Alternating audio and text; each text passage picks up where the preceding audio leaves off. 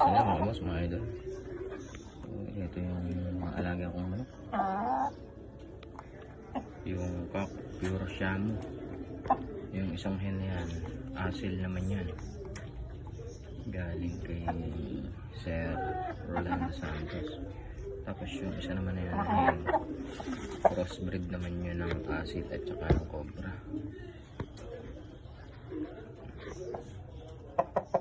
So yun yung mga alaga kong manok ngayon, mga idol.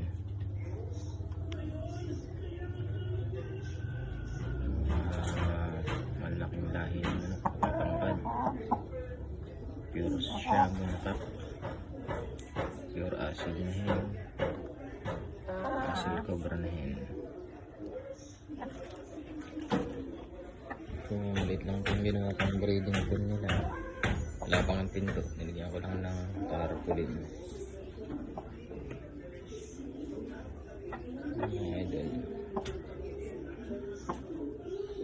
yung bagong alaga ko dito sa aking munting backyard. Yun lamang po at magandang araw sa inyo.